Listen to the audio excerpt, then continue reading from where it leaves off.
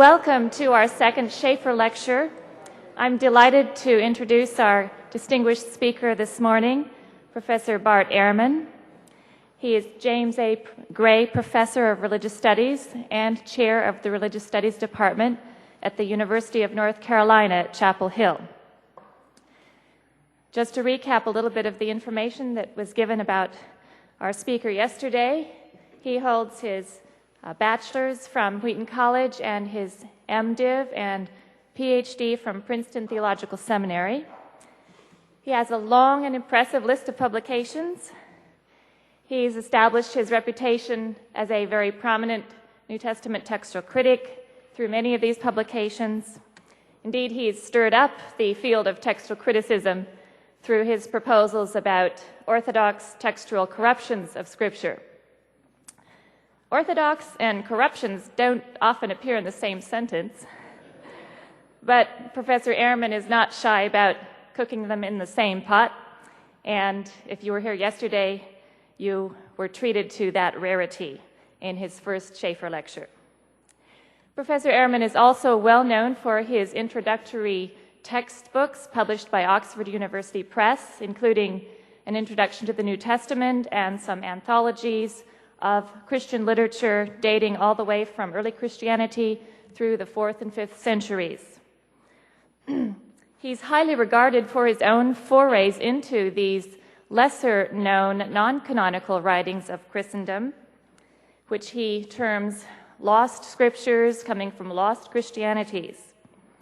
And all of us owe a debt of gratitude to Bart for all of these contributions, and those that I haven't mentioned as well, not least for increasing our sensitivity to the pluriformity of nascent Christianity and increasing our understanding of the history of the development of Christian doctrine, especially its polemical dimension. So without further ado, I welcome you, Bart, to your second Shaffer Lecture, continuing the topic of, let's see, I've forgotten my program here, Christ in the disputed and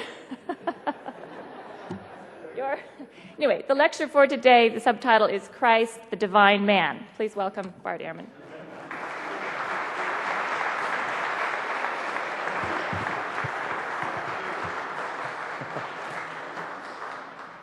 Thank you, Judy.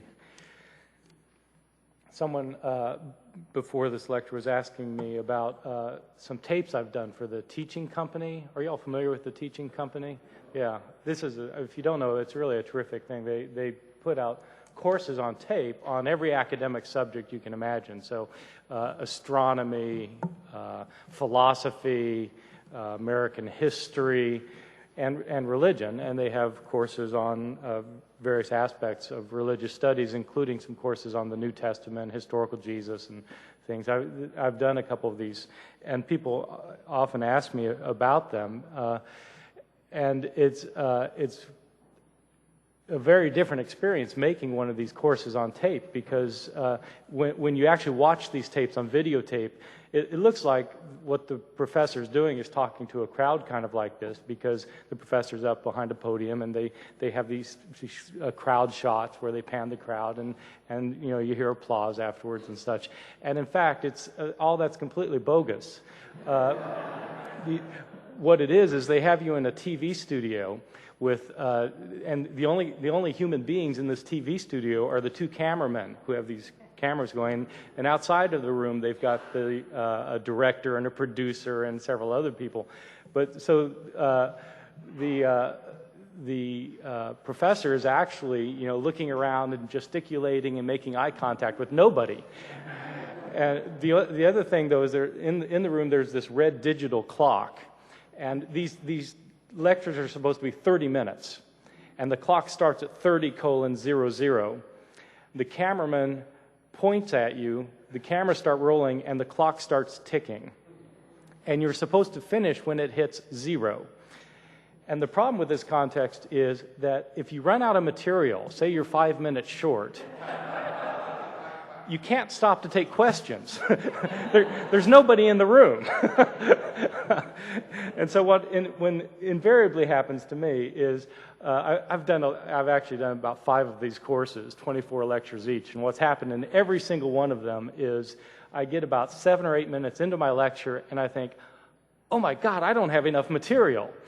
And so then I start telling stories. And I fill out, tell some anecdotes, pack it in a little. And so then I get toward the end of the lecture, and I've got about 3 minutes left, and I realize, oh my God, I've got 10 minutes worth of material left. And so I go. So, pardon me? A laugh track, yes, they do have a laugh track. And believe me, I need it.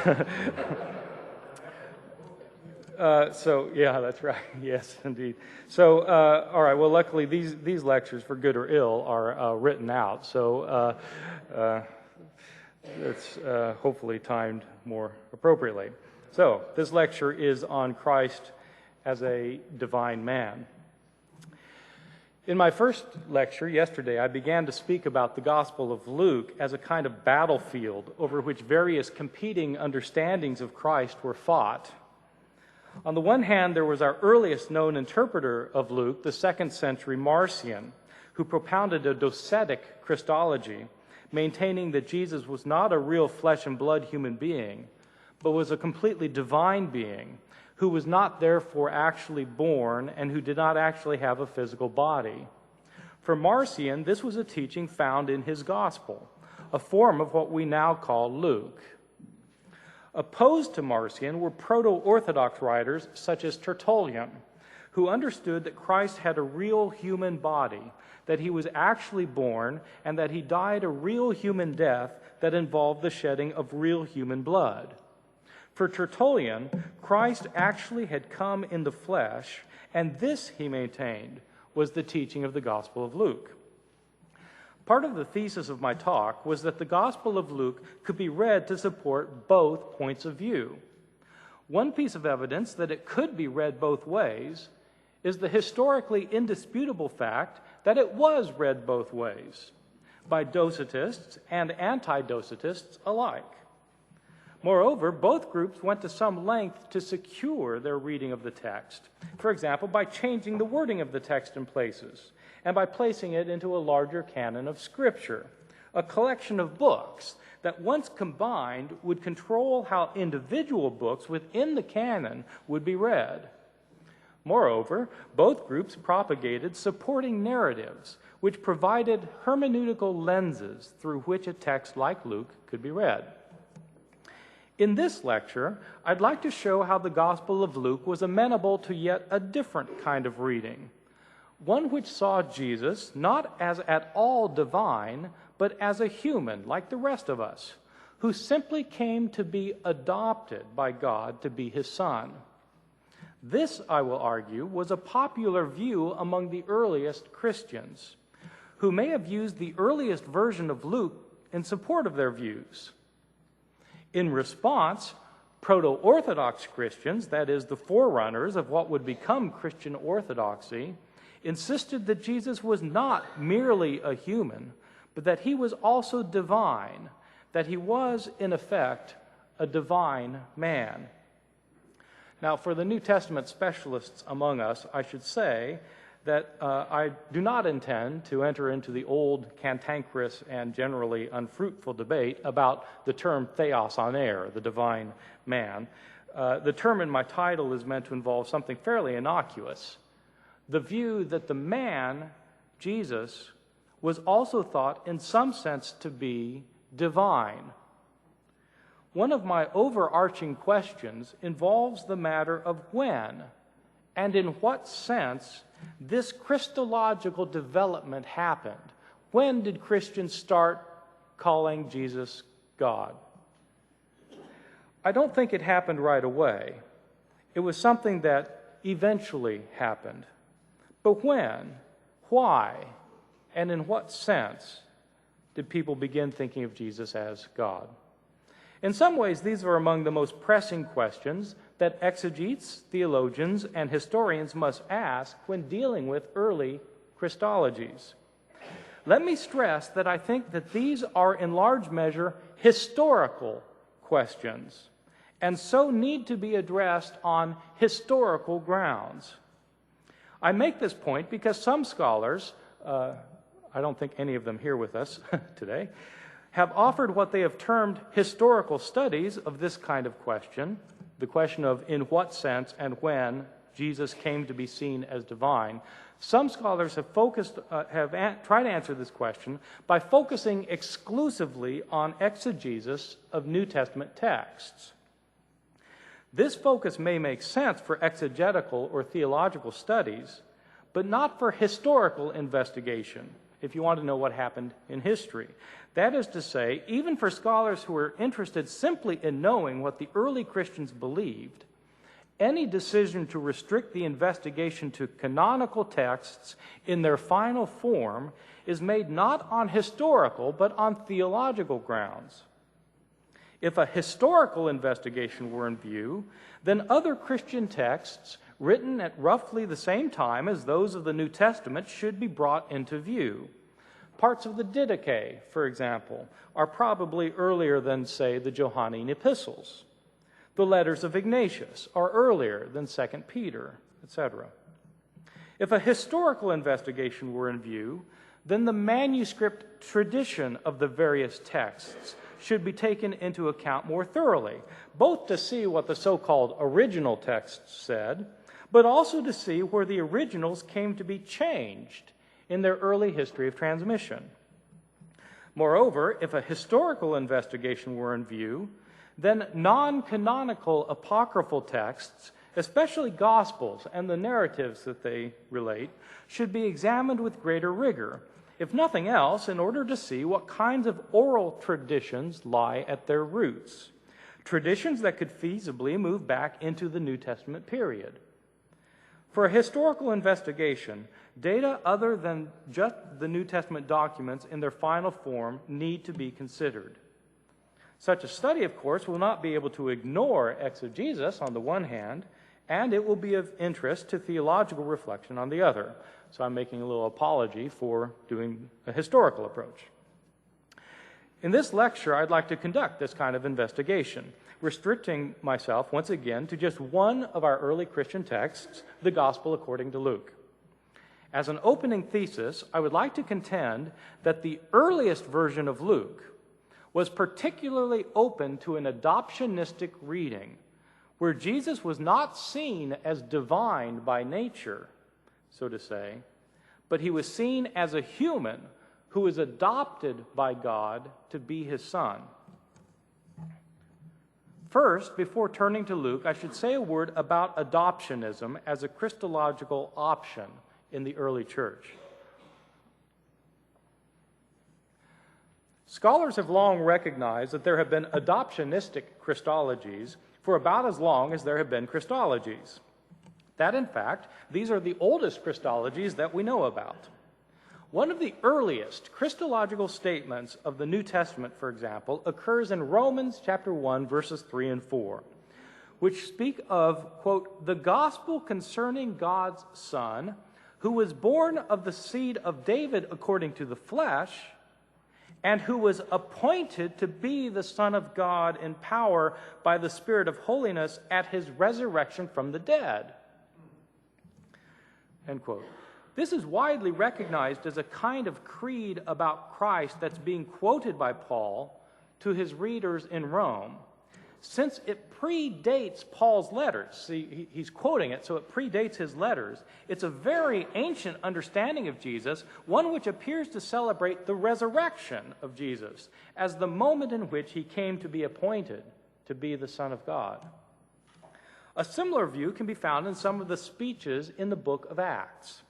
These speeches on the lips of the apostles were formulated by the author of Luke himself on the basis of earlier materials that he had available to him. And so, for example, in Acts 13, we find Peter making the following declaration, quote, we declare to you the good news that God has fulfilled the promise made to the fathers, to us their sons, by raising Jesus from the dead. As it is written in the second psalm, "You are my son, today I have begotten you." End quote. Once again, the resurrection is when Jesus becomes the Son of God. This view is possibly echoed in Paul's speech on the Areopagus, which speaks of Jesus being appointed the judge of the earth, as shown by his resurrection from the dead, Acts 17. Now, at this point, I can hop, skip, and jump through a good deal of Christological development in the early church. Eventually, this most primitive notion that the resurrection was the moment of Jesus' adoption to sonship came to be modified as Christians of the early decades began to think that Jesus was God's Son during his entire ministry, in which case the voice from heaven spoke the words of Psalm 2, "Today I have begotten you," at his baptism.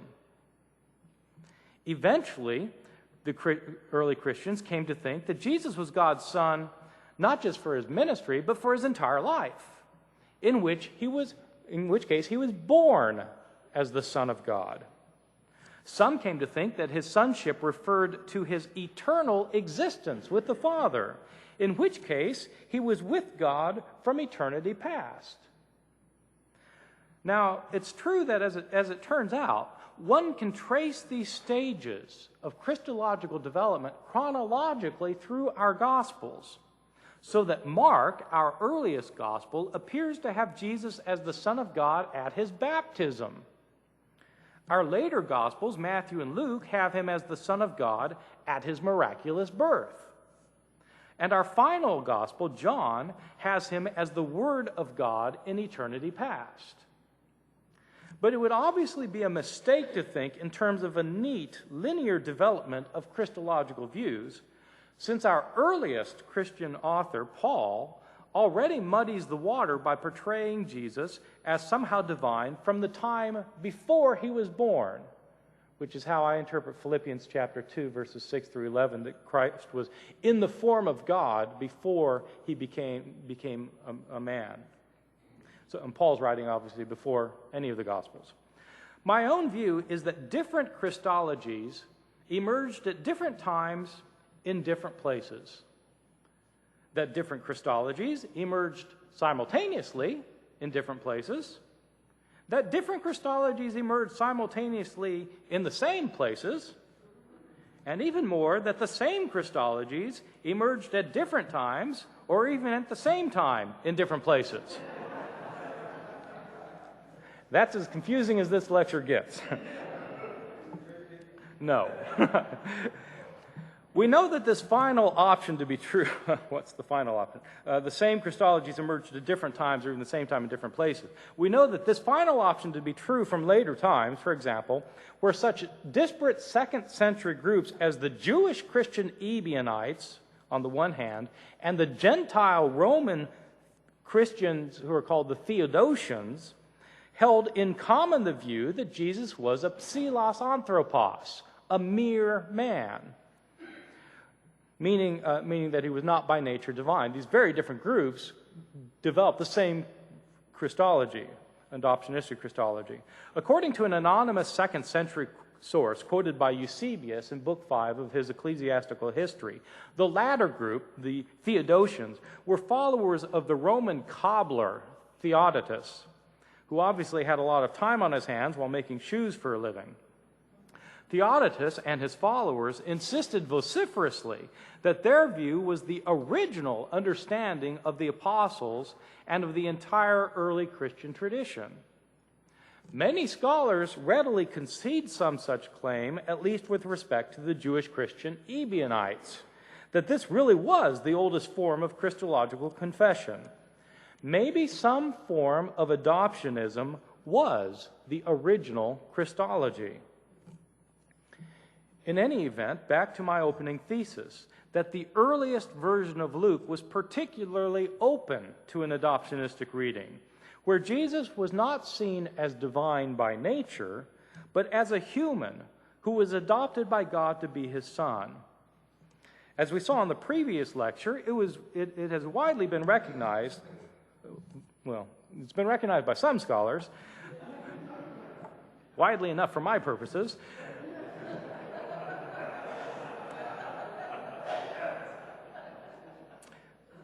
Dale Martin and I agree on this.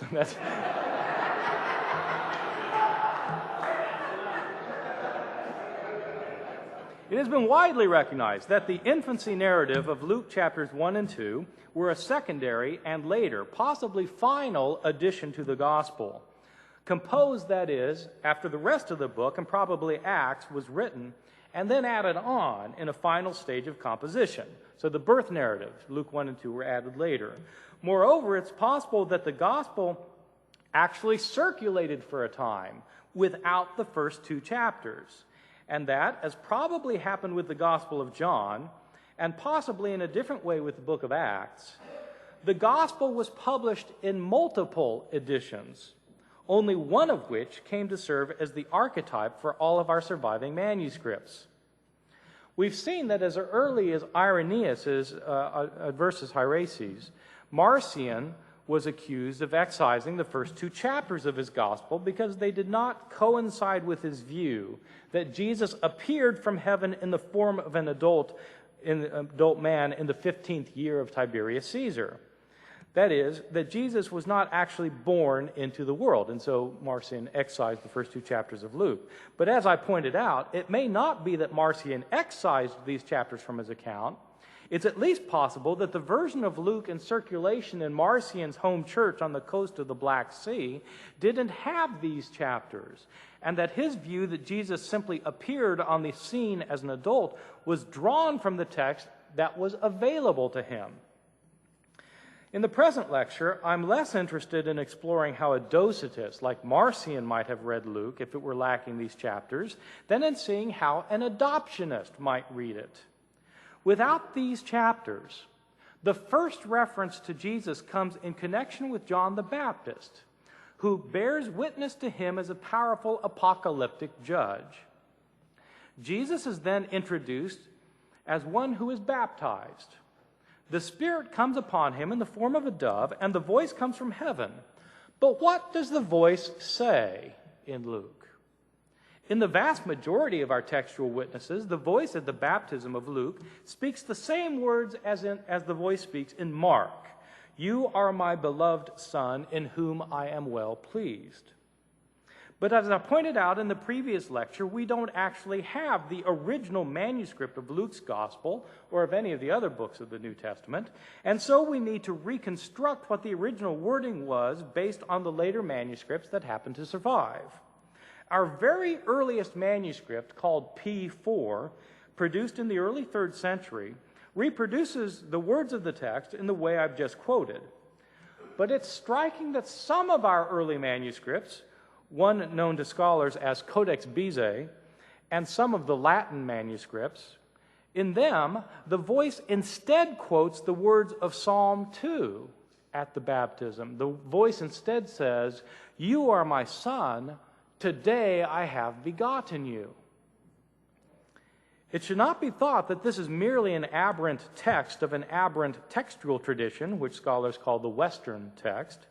For as it turns out, this reading did not originate with these few manuscripts that attest it. Long before any of our surviving manuscripts of Luke were produced, decades before P4, there were church fathers who quote this text from Luke. And so it would be of interest to see how they read it. That is, to see what their no longer surviving manuscripts read at this point. What's striking is that every patristic quotation of the passage from the 2nd and 3rd centuries gives the passage in the so-called Western form. You are my son, today I have begotten you. This is the form of the text cited by Justin Martyr, Clement of Alexandria, the Gospel according to the Ebionites, the Gospel according to the Hebrews, Origen, Methodius, and the Didascalia. P4, in other words, rather than giving the standard text of the 3rd century, appears to have given the minority text. Not only is the quotation of Psalm 2:7 better attested in our earliest sources, the patristic witnesses, it's the wording that makes the best sense in the context of Luke's 2-volume work. I won't give all the argument here, just one key aspect of it. As is well known, in Mark's Gospel, the voice of the baptism, which says, "You are my beloved Son," is echoed 9 chapters later in the Mount of Transfiguration, where the voice tells the disciples, "This is my beloved Son." So the voice of the Transfiguration is echoing the voice of the baptism in Mark's Gospel. Luke, of course, used Mark's account in creating his own, and so we should not overlook the voice at Luke's Transfiguration scene when trying to reconstruct the earlier words spoken at Luke's baptism. And here the textual situation is clearer. Luke has changed Mark's heavenly voice in the second instance, so that now, at the Transfiguration, rather than confirming to the disciples that Jesus is the beloved Son, it confirms that Jesus is the elect Son. "This is my Son, my chosen one," ha eklelegmenos. If the voice in Luke's Transfiguration scene refers back to the scene of Jesus' baptism and confirms to the disciples what was revealed there to Jesus, that he has been chosen, one is hard-pressed to see how the more commonly attested form of Luke 3:22 could be original, the form that says, "This is my beloved Son." For this reading, you are my beloved Son in whom I'm well pleased, constitutes a mere identification formula in which Jesus is recognized as the Son of God. It's only in the variant reading, the one that's attested in virtually all the earliest witnesses, that God is actually said to confer a new status upon Jesus. "Today I have begotten you." Only here, then, is God said to elect Jesus in a manner that's presupposed in the Transfiguration scene. Okay, you see where I'm going here. The original version of Luke doesn't have the birth narratives. It starts with Jesus being baptized, and when Jesus is baptized, the voice says, "You are my Son, today I have begotten you." Okay, this is very open to an adoptionistic reading.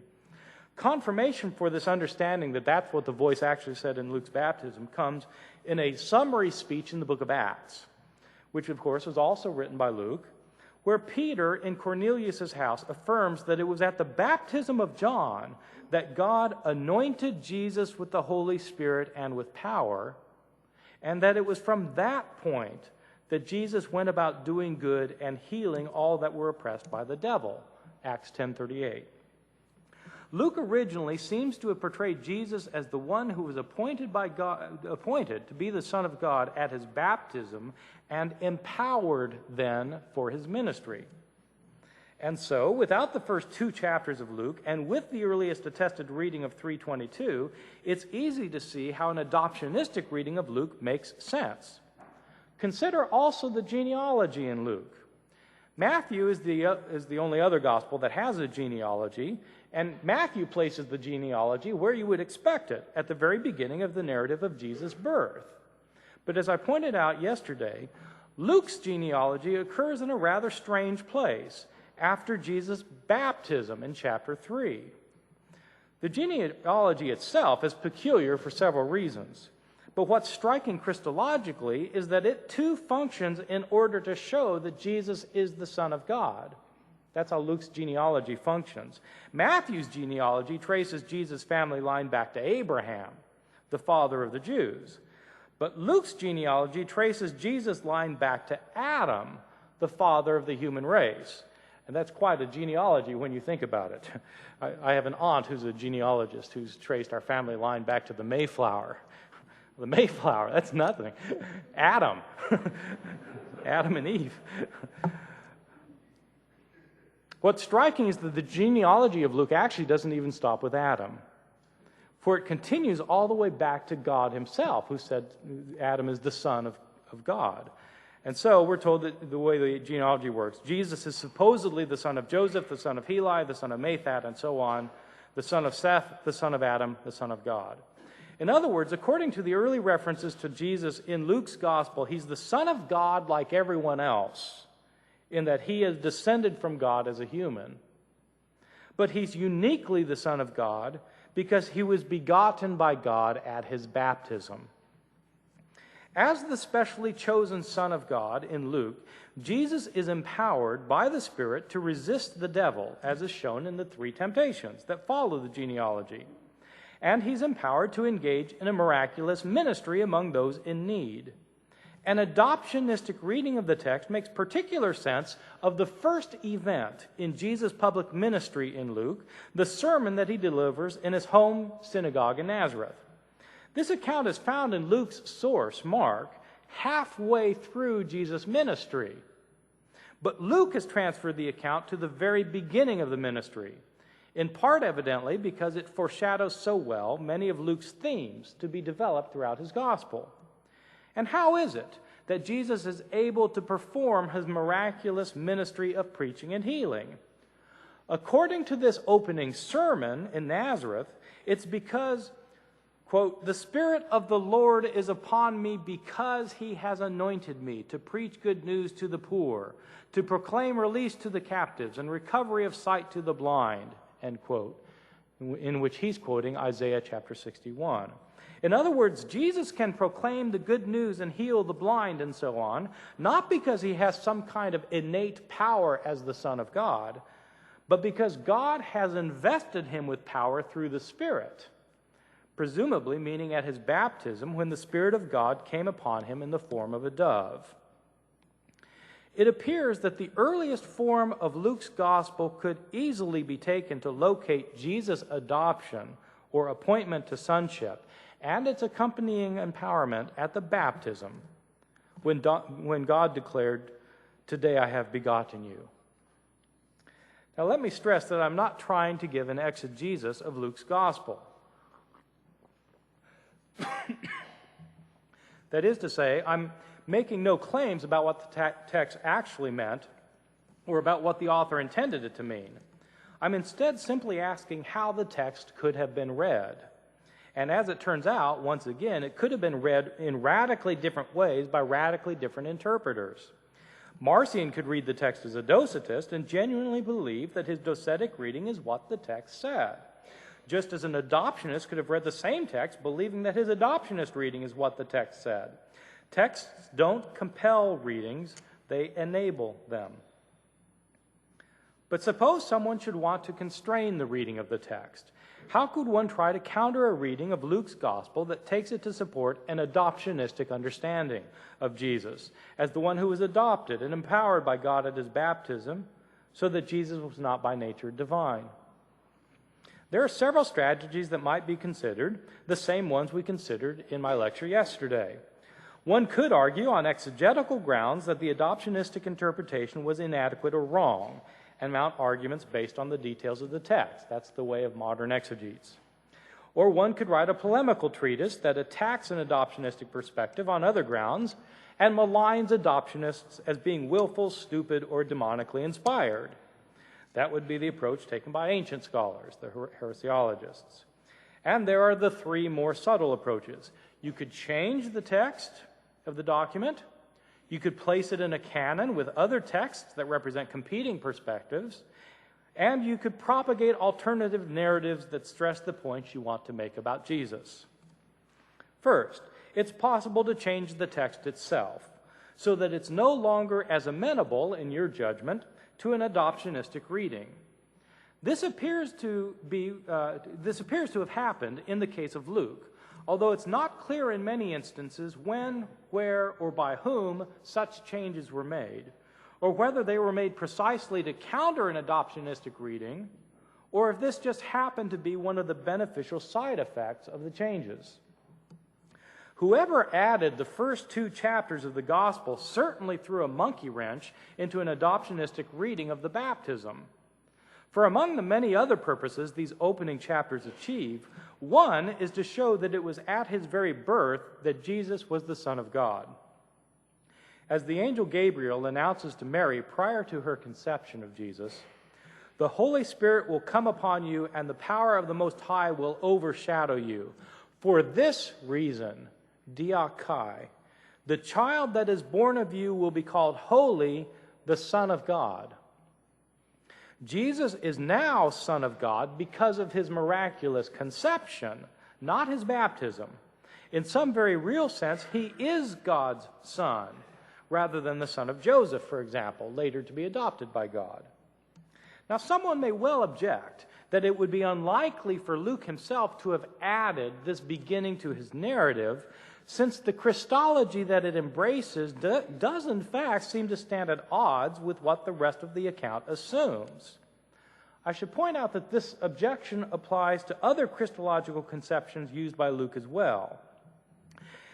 In the infancy narrative, for example, Jesus is said to have been born the Lord and the Christ, 2:11. This is the passage. Unto you this day is born in the city of David a Savior who is Christ the Lord. So he's born as Christ the Lord. Yet according to Acts chapter 2, verse 38, written by the same author, Jesus became the Lord and Christ at the resurrection. Quote, let all the house of Israel therefore know that God has made him Lord and Christ, this Jesus whom you crucified.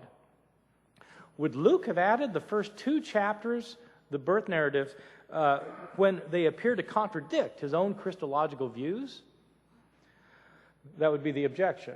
To that objection, I think it would be safe to reply that Luke, as an author, seems in general to have been altogether casual, by our standards at least, in how he handled his Christological ideas, and that he used various traditions available to him, for example, in the speeches in Acts, but also in his accounts in the Gospel, that sometimes he used traditions that sometimes stood at odds with one another if pushed too hard.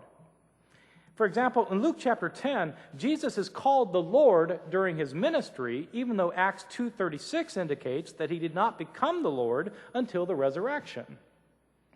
Acts 13 designates Jesus as the Savior during his lifetime, but he's said to have been made the Savior at the resurrection in Acts 5:31. And so it's not inconceivable to me that Luke himself might have created the Christological tensions between the infancy narratives and the rest of his account.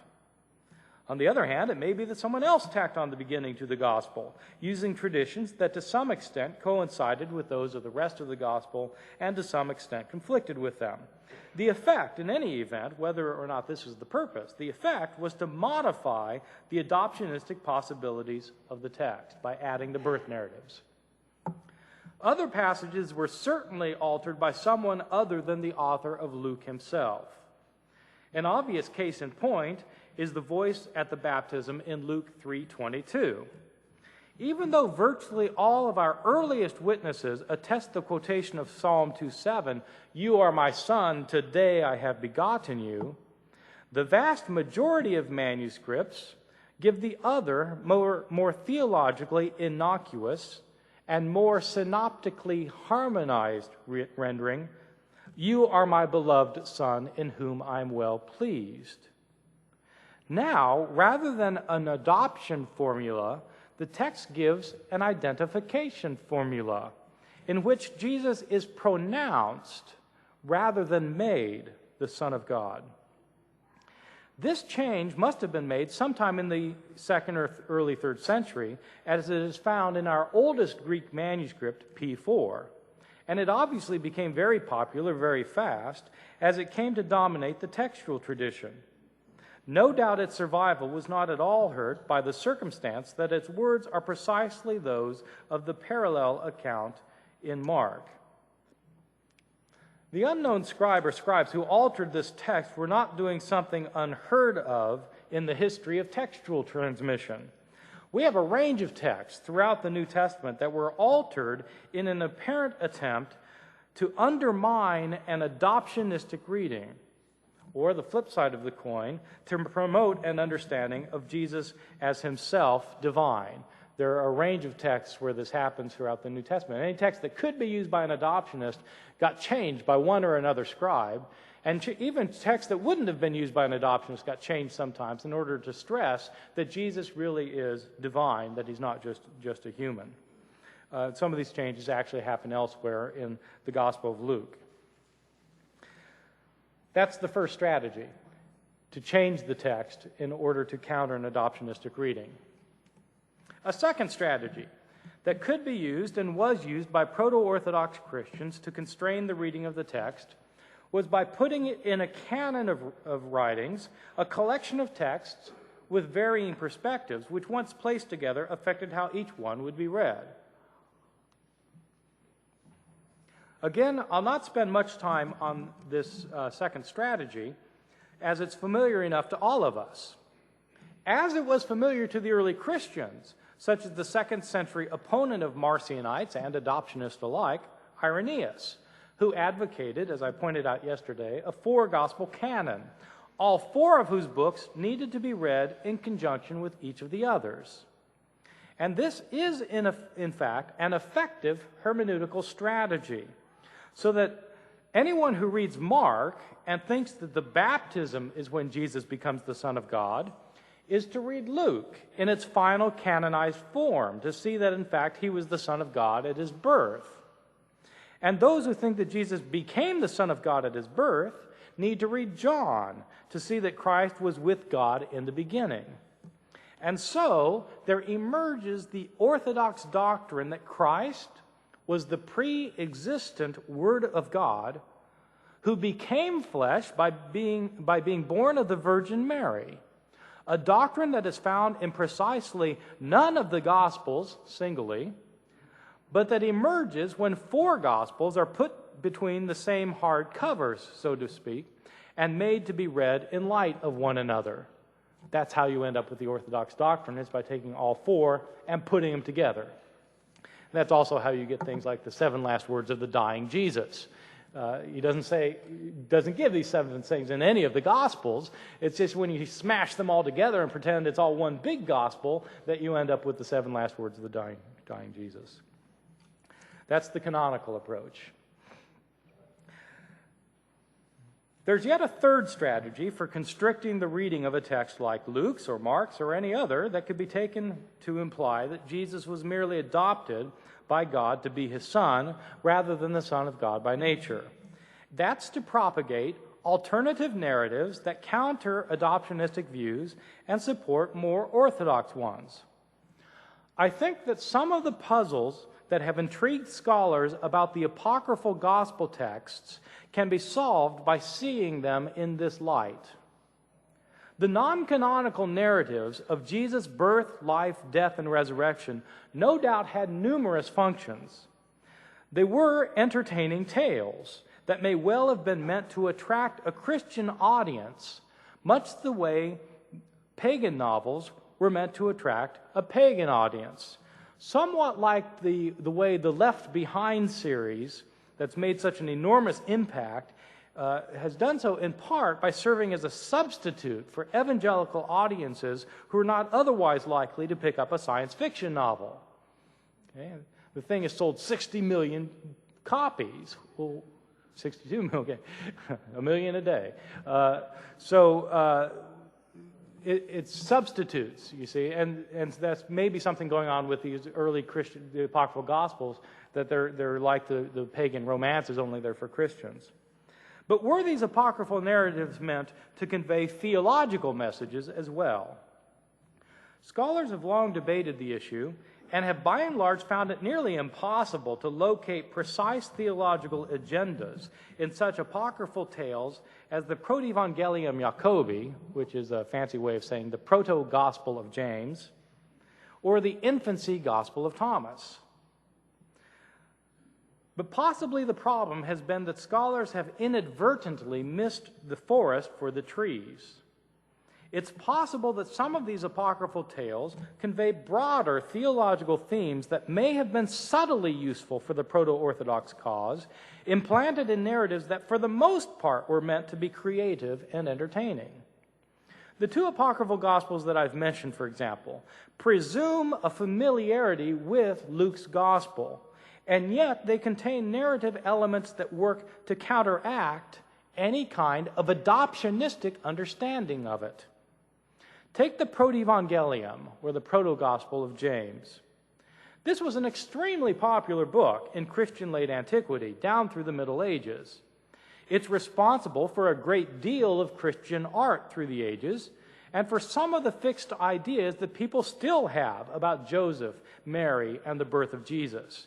For example, the idea that Joseph was an old man when betrothed to Mary, or that Mary gave birth to Jesus in a cave near Bethlehem. Those come from the Proto-Gospel of James, not from the New Testament. As it turns out, the text of the Protevangelium is actually more about Mary than it is about Jesus, one of the reasons it was so popular. Most of it deals with her own supernatural birth and childhood, and the legendary tales it relates are highly memorable and entertaining.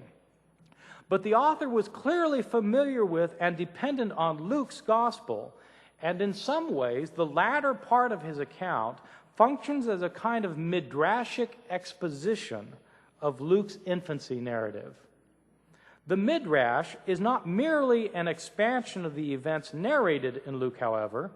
The exposition guides the reading of Luke by providing both narrative details and theological ideas that lead one away from an adoptionistic interpretation of the events of Jesus' appearance in the world. The miracle of Luke's gospel involves the conception of Jesus. His mother conceives while still a virgin. It's the creative power of God that comes upon her, allowing her to bear a child. But there's nothing in the text of Luke to indicate that Jesus pre-existed this conception. His birth is when he comes into existence in Luke. That's why it's better to speak of the virginal conception of Jesus rather than the virgin birth when discussing Luke or Matthew, for that matter. The Protevangelium develops both the storyline and the theological emphasis of Luke's account. The storyline itself is highly entertaining, especially the unforgettable moment when Joseph leaves Mary in a cave outside of Bethlehem and goes off to find a midwife to assist with the birth, and then unexpectedly watches time literally stand still as the Son of God comes into the world. Joseph looks up to the sky and he sees the clouds aren't moving, and he sees birds who are frozen in midair. And he looks down and he sees a group of men who are eating, and they have their hands in their bowls, but they're not lifting them out. And men are chewing, but they're not really chewing. And he sees a stream, and the water's not flowing. And some sheep who are drinking at the stream, and they're not drinking. And a shepherd who has his hand raised up to strike the sheep, but it's frozen in midair. So time is frozen, and then it resumes again. So it's kind of like one of these Twilight Zone episodes that you see. It's really quite fascinating. Chapter 18 of the Protevangelium. When Joseph and the midwife return to the cave, a bright cloud overshadows it. When the cloud departs, the cave is filled with a bright light that blinds their eyes.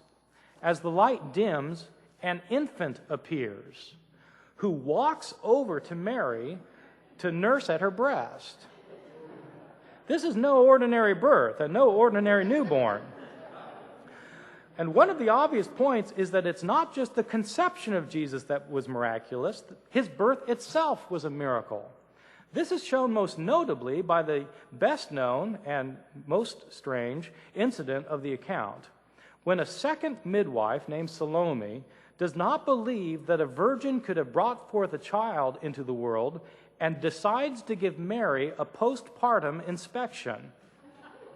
That, as it turns out, was a very bad idea. Let me read the account to you, so you believe me on this one. The midwife went out of the cave, and Salome met her. And the midwife said to her, "Salome, Salome, I can describe a new wonder to you. A virgin has given birth, contrary to her natural condition." Salome replied, "As the Lord my God lives, if I do not insert my finger and examine her condition, I will not believe that the virgin has given birth." The midwife went in and said to Mary, "Brace yourself."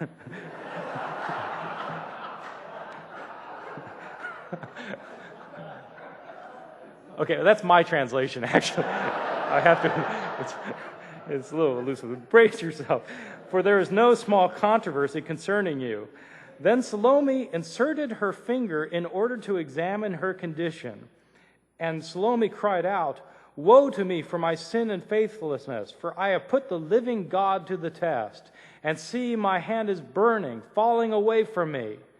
She kneeled before the master, and she said, And then so she kneels before Jesus, and she prays, and she asks that he not forget that she's a child of Abraham, and that she's always tried to serve him, and asks that he will heal her. And an angel appears and tells her to go over to the child and lift the child up. And as she does so, her hand is healed. This account portrays not only then a virginal conception, but also a virgin birth. Even more, the infant Jesus is not simply a newborn. He appears to be none other than God Almighty. She goes to him and she prays to him, as I read the text. She prays to him, O Master, and she prays to him as God. And already, as an infant, he's able to perform a miracle of healing. See, he's not some man who got adopted to be God later. He himself is divine in this text. A similar emphasis might be detected behind the entertaining stories of other infancy gospels, including the one that is arguably the earliest, the infancy gospel of Thomas. I date the Gospel of Thomas to the first half of the 2nd century, and it's full of entertaining stories. I'm not going to take the time to read them. I'll tell a few of them. It starts out with Jesus as a 5-year-old. The thing that's driving these stories in the infancy Gospel of Thomas is a question that's occurred to some Christians even today. If Jesus was a miracle-working Son of God as an adult, what was he like as a kid? Well, it turns out he had his miraculous powers as a kid, but he had a streak of the mischievous about him. And so the account starts out with Jesus as a 5-year-old, and he gathers some water at a stream that's muddy water, and he orders it, and it instantly becomes pure by his commandment. Then some other kid comes along and takes a willow branch and scatters the water that he's made. And Jesus gets angry at this kid, and he says, well, what did this water do to harm you? You also shall be like a tree without fruit. You shall not bear leaf, and so on. And he withers the kid on the spot by his word. Then he takes some clay, and he makes some pigeons, makes 12 sparrows out of clay. And a Jewish man comes by, and it turns out it's the Sabbath. And so this man gets upset because Jesus has violated the Sabbath. So the man cries out, what have you done? You violated the Sabbath. He goes and gets Joseph, Jesus' father, and he comes. And then Jesus sees he's in trouble here. And so he looks at the birds and he cries out, be gone, and he claps his hands. And the birds come to life, and they fly off chirping, thereby destroying any evidence of malfeasance. Jesus is easily angry. Some boy will run up to him, bump into his shoulder, and Jesus will get angry, and he says, you'll go no further on your way, and the boy falls down dead. Later, Jesus actually starts using his powers to heal the people that he's withered, including a teacher who got angry because he wasn't responding to his lessons and smacked Jesus upside the head, which is the single greatest mistake of an illustrious teaching career. Jesus withers him on the spot. The story ends with Jesus in the temple as a 12-year-old. It's a story taken from Luke chapter 2. Now, it's true that later authors like Irenaeus found this set of tales, the infancy Thomas, to be distasteful and even heretical. Irenaeus thought that it was a Gnostic text that was trying to emphasize Jesus' gnosis as a young child. There's little in the text itself that actually suggests a Gnostic origin. In fact, these stories about Jesus as a miracle-working Wunderkind may well have been popular tales told among the Proto-Orthodox who were interested in knowing what the miracle-working Son of God was like as a child. What matters for my purposes is that Jesus is shown in these tales to have supernatural powers simply as part of his being. He brings clay pigeons to life. He withers his playmates. He strikes dead those who offend him. He raises people from the dead. He heals snake bite. He pulls off handy miracles now and then in the home and in the carpenter shop. And all of this is effortless and innate in his nature. Jesus is the miracle-working Son of God because of who he is, not because he's been chosen as a human being to fulfill God's mission on earth, and not because some other divine power has come upon him from the outside to enable him to do his miraculous deeds. Remember the Gospel of Luke. In the earliest form, Jesus is baptized. The voice says, "You are my Son, today I have begotten you." And because he's empowered by the Spirit, he then is able to start doing miracles. Reading through Luke's 2-volume work altogether, one would naturally assume that Jesus was particularly endowed with the Spirit of God, which worked great deeds through him. But not that no one would think that Jesus is divine by nature for Luke. This stands in contrast with the infancy gospel of Thomas, which presumes knowledge of the account in Luke. Here, Jesus is not reliant on the Spirit bestowed at his baptism to do miracles. He himself is divine and innately able to do miracles already at the tender age of 5. In other words, this is another alternative narrative that functions as a hermeneutical lens through which to read the account that was later deemed canonical. Now, it's possible that those who used this hermeneutical lens would take matters too far and stress so much their point that Jesus was divine that they compromised the equally proto-Orthodox idea that he was simultaneously human. And how was that problem to be dealt with? The same ways the problems of adoptionism were dealt with. Counter-exegesis of key passages, polemical treatises arguing against the opponents, changing the authoritative texts, forming a canon that comprises a range of theological perspective, and popularizing alternative narratives that stress, sometimes in subtle ways, the points of contention as a way to provide a hermeneutical lens through which to read the narratives that were popular in the churches. And so the arguments went back and forth, often simultaneously, as proto-Orthodox Christians early on, but most pronouncedly in the 2nd and 3rd centuries, were embattled on different fronts simultaneously. For example, by adoptionists on one side and docetists on the other. What emerged from these conflicts, of course, was the paradoxical affirmations that became Orthodox theology. The affirmation that Jesus really was divine against the adoptionists, and that he really was human against the docetists, but that he was only one being, not two, against the Gnostics. It is this paradoxical set of affirmations that eventually led to a doctrine of the Trinity, and that created their own hermeneutical lens through which later Christians would read and understand the texts that came to make up their sacred scriptures, including such originally adoptionistically open works as the Gospel according to Luke. Thank you.